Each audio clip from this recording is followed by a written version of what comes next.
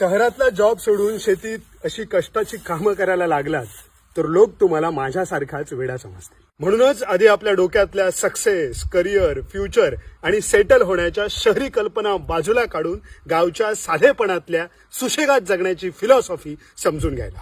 Job करताना रोज सकाळी उठून मी लोकलच्या मागे धावत सुटायचो. 9 ते 5 मध्ये आयुष्य संपत चाललेलं आणि गरजा इतक्या वाढल्या की मी पैशाचा, वेळेचा आणि कंपन्यांचा गुलाम बनत. शेवटी सगळं सोडून गावची वाट धरली.